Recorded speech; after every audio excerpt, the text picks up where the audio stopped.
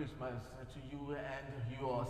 This is Enterprise Morning, reaching you from Enterprise Television. Today, the 25th day in the month of December 2024. We're so very excited to have you today. My name is Henry Lpdc.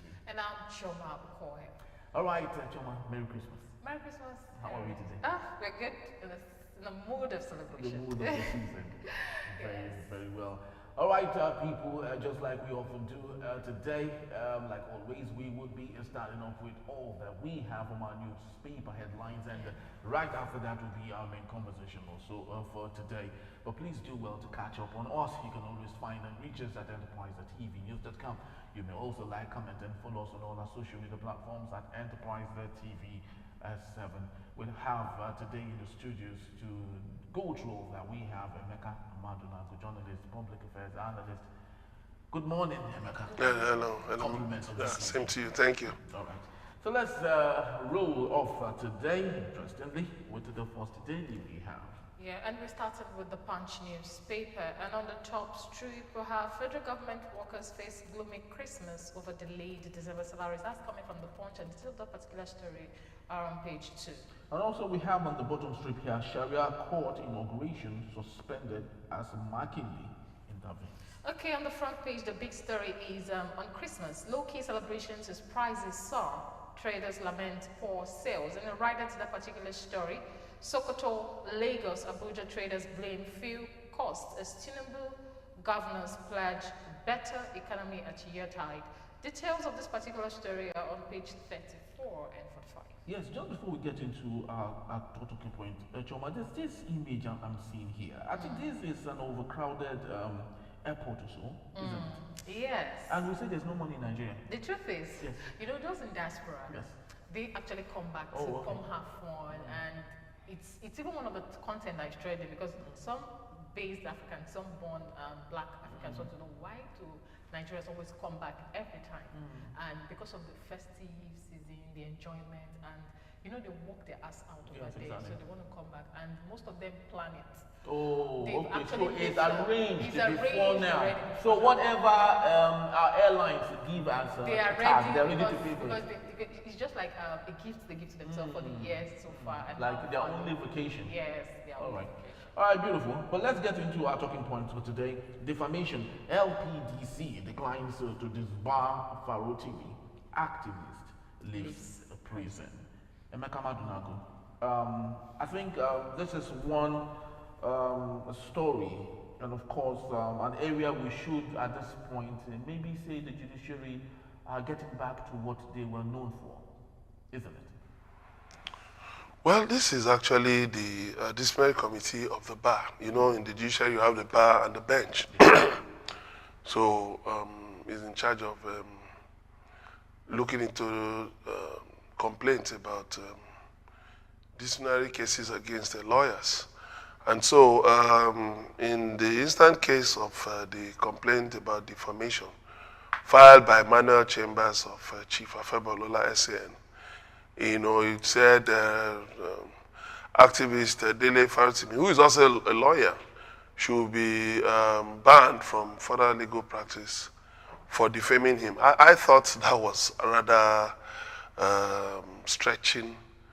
That was a stretch of imagination because, one, the matter, Farotimi has not been convicted. You cannot be the accuser, the judge, and the jury in your trial. Otherwise, you know, these are things. It's part of the fallout of the misrule over the years, military rule over the years. You know, where you've seen how Chief Afebolola has reacted. You know, he got the police to arrest Farotimi, pick him from Lagos where there's no criminal defamation, take him to Ekiti State where there's also no criminal defamation, get him arraigned before a magistrate court that has no jurisdiction, that's even trying a case that is not in any law, purporting to have jurisdiction over a case an offense that does not exist. Then took him before a federal high court just in case the magistrate court case fails. And then lawyers from his chambers, one went to Abuja, went to Ibadan, went to different places to file cases. That amounts to judicial lynching. Because one case should suffice. If you file one case, then they join as co-plaintiffs. It should suffice. But filing cases here and there only makes a mockery of the entire judicial process. And that's what we are seeing today. Okay. That's what we are seeing today. And which is very sad. So they went to the Lpdc. And the Lpdc has said that, listen, excuse me, this is literary content in a book.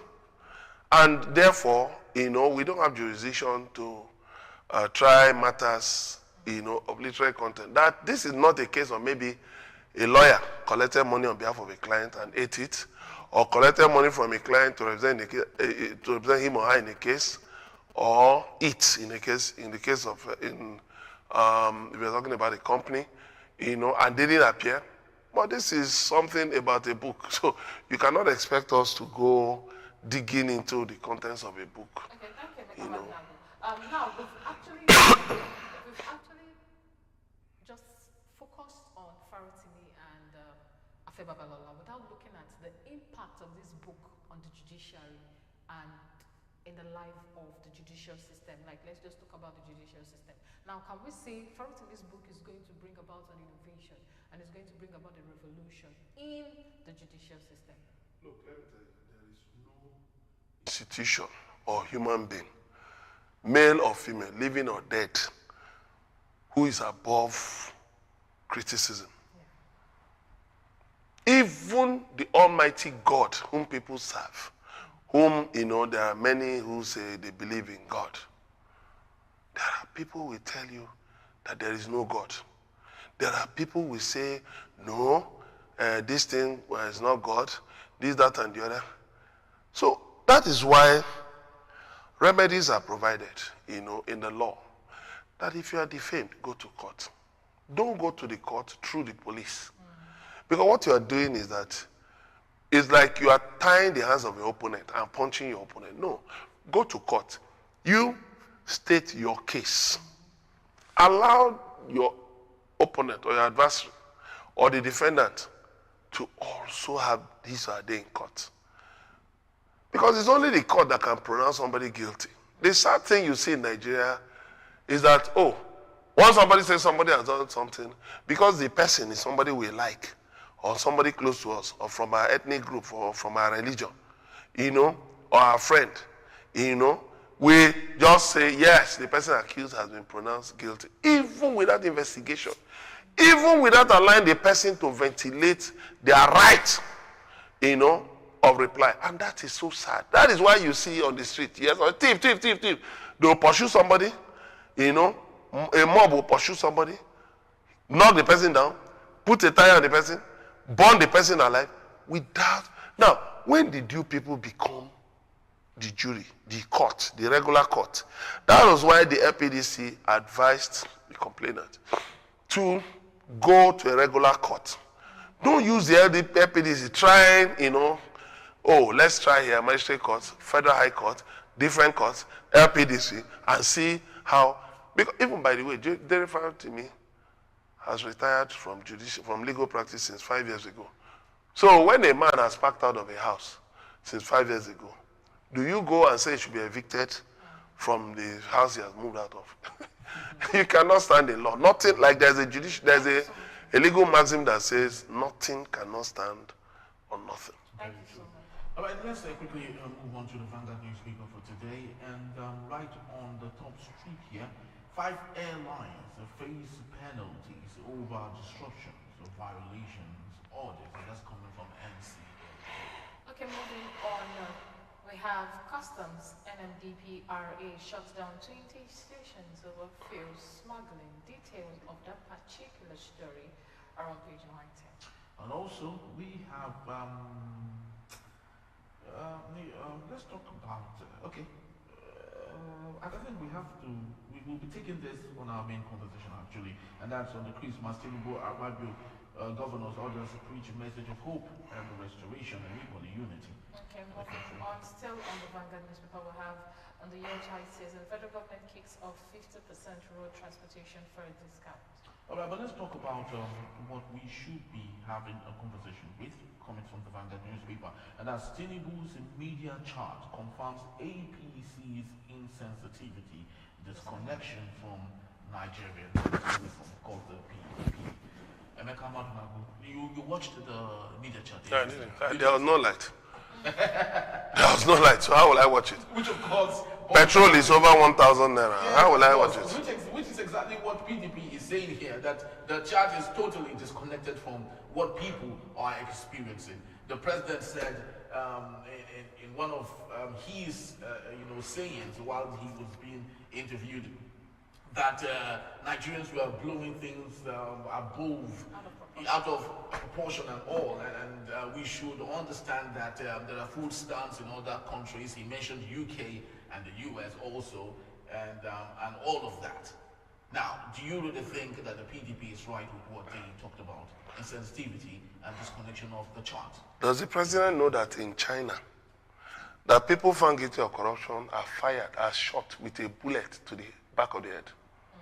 No, let's start bringing examples. We know how to bring examples. Does he know of that? Does he know that there's a minister in Singapore who has been sent to jail for abuse of office? Ministers in Singapore are among the highest paid in the world, but they have been sent to jail for abuse of office. Does he know that in South Korea, the president was impeached for declaring martial law without the approval of the National Assembly? Like he did, what he did with borrowing, the ways and means borrowing from the central bank that he converted to Nigeria's debt without the approval of the National Assembly. Does he realize that misconduct in office is actually impeachable? Does he realize that? You are bringing examples. And now the interesting thing is that some of the journalists who were in the media chat have come out to say that nobody, they were not told to ask any questions. Really? Yes. So it was just maybe a choreographed session. And you want me to listen to what has Tinubu got to say that I'll listen to?